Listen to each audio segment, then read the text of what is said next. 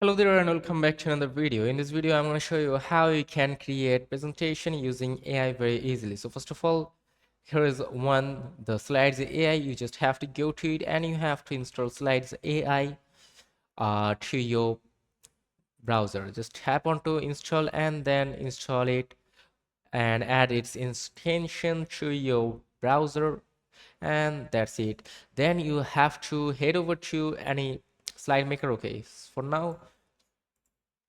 Okay, that's enough. I think it has been added.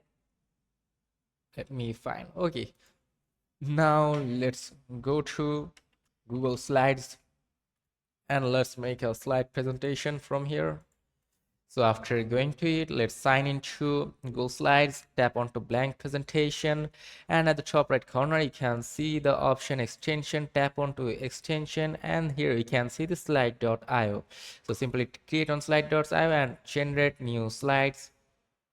And there we go. You have to briefly explain about what your slide is about, your presentation is about. You have to add the whole description briefly so that the AI can understand and make a perfect description for you, perfect presentation for you.